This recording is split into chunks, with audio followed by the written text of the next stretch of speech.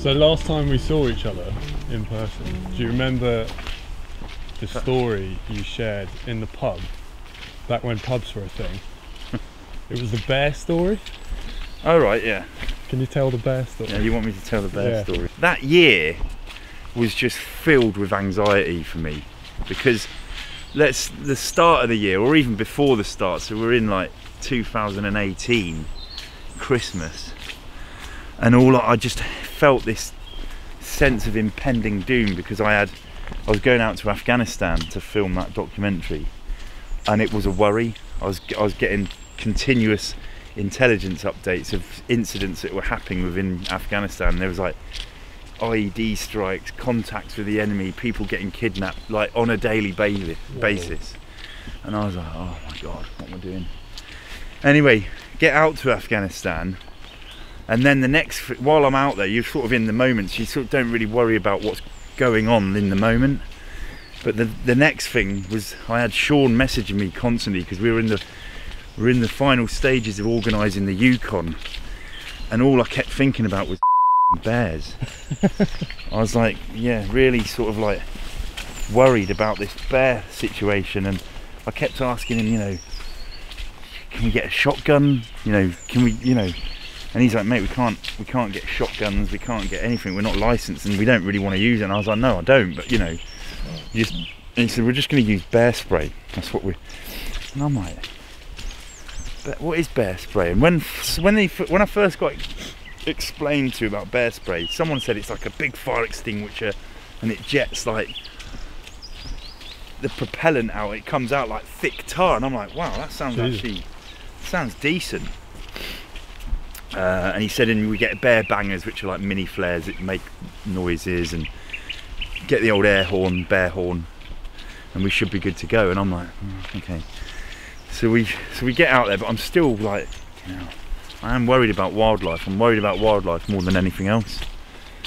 It is a worry. And then we get to Skagway, which is the start point for our 49-mile hike to, the source of the Yukon, or one of the sources, Lake Bennett.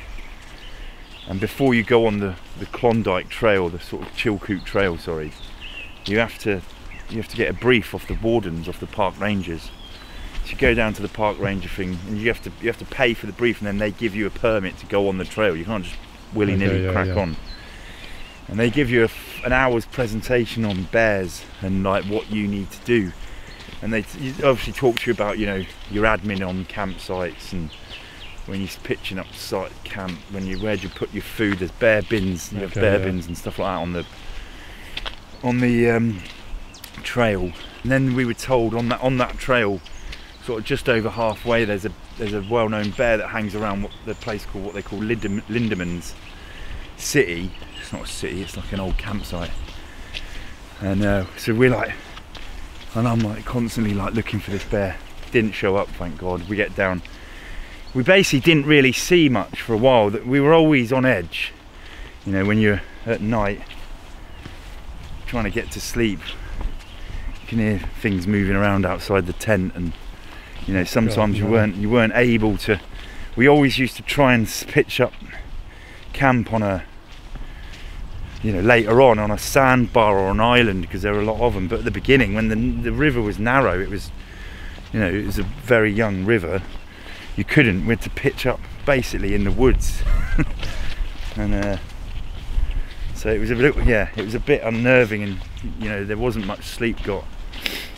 Anyway, you get into it, and we're like 40 odd days in now, and we're sort of seasoned, and we've seen bears but from a massive distance. So I was like, not really felt that threatened. Didn't feel threatened. Anyway, we had a night. We had a really good night on this sandbar near, I can't remember the name of the town that we could see. We could see it from the sandbar, but it was an amazing night. But because it was so clear, everything got piss wet through. It was like condensation everywhere, and like we got up in the morning, it was still too cold to dry anything. So we packed kit away damp, or quite wet actually, and you're always a bit like, it would have been, normally before, the mornings were quite, you know, the weather was good and you'd actually dry most of your kit out before we even set off. On this occasion it wasn't to happen, so we cracked on paddling, but the day was really nice and I was like that, just was paddling along and I'm like, mate, let's find a really good spot for lunch. And the detail for lunch was normally get yourself onto a decent sandbar with, you know, it's normally like quite smooth sand and you can just chill out, and we'll just unpack the boats, peg everything out, get it drying in the sun, and then we'll do a lunch routine which consisted of making coffee and eating snacks, ham and cheese and whatever. And then normally have a solid plan. Yeah, we had a solid definitely plan. won't go wrong. Wouldn't go wrong. and you know, and we always had a little siesta, you know, because we're getting on, and you have lunch and doze for about half an hour, and then you get up, stretch off, and on this occasion pack up. So we've found the sandbar. It was massive. It's huge. It was more an island because it had sort of undergrowth, high bushes, low trees, that sort of thing. And check the area straight away. We give it a quick once over, looking for bear tracks and all that sort of thing. And we were right by the water's edge, pulled the boats up, and then there was a sand bank, so a little bit of high ground, and then it dipped over into some what we call dead ground where it disappeared from our sight, because we were obviously sat down, had lunch, then had a bit of a doze, and Shaun's sort of like gone up and he stood on the sort of like the bank. He's just like looking, surveying the scenery, because it is awesome. And I've heard him go, "Oh, what's that over there?" And I'm like, what's he banging on? He goes, I don't know, it looks like a moose or a bear. And like Shaun would do this on an hourly basis for the entire trip, and it would every time, pretty much 99.9% every time, it would end up being a log or like a tree, yeah, or a fallen tree or a stump. So I'm like, what's he banging on about now? So I thought I'll go and have a look. So as I've literally walked about 10 yards up to where Shaun is, and as I've got level with him, he's just bolted past me shouting out, "It's a grizzly!" And I'm like, what the? Like looking in the distance, my heart rate's gone up a little bit, and then I can't see. I'm looking into the far distance or the middle distance, couldn't see it, and then something caught my eye. I just looked down, and there was this. Yeah, it was a grizzly. Its head was like that, and it was about 50 yards away, 50 meters. It was just like f***ing skulking towards us, sort of like low in what looked like a bit of a, I don't know, sort of like stalking. Yeah. And I honestly, my backside fell out of me.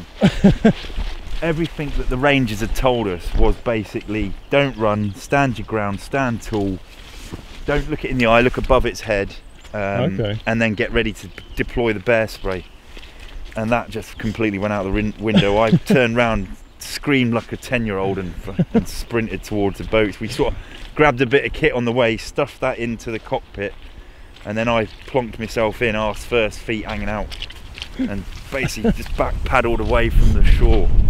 Shaun was doing the same, and then we just sat out about, you know, was it like chasing you as you're running? It was coming to. I don't know. I didn't look. Yeah. But I got into the boats and we sort of hung off the shore about, I don't know, 30 meters, and we just held station in the river, just waiting. You could see it skulking about, sniffing around. Wow.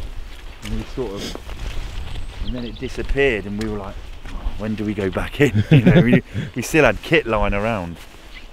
So we sort of like went in, bear spray out, and I was like covering Shaun, and then he got out actually and went and grabbed the last couple of bits of kit, and then we sort of like paddled up. There was like sleeping bag hanging out and all sorts. We just paddled down to about 2 miles down the way to another island, and then, you know, sorted ourselves out.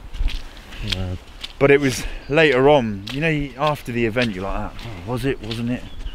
But it was later on we got to a place called Pilot Station. It's a Inuit indigenous village. We got chatting to some of the locals, and we were like, look, we think we had a bear encounter. They were like, oh yeah, where were you? And we sort of like pointed on the map, and they were like, Yeah, that's yeah. We've been after that one. He's trouble. Oh God. He's definitely trouble. We need to get rid of him because he's a nuisance. He tries to attack people all the time.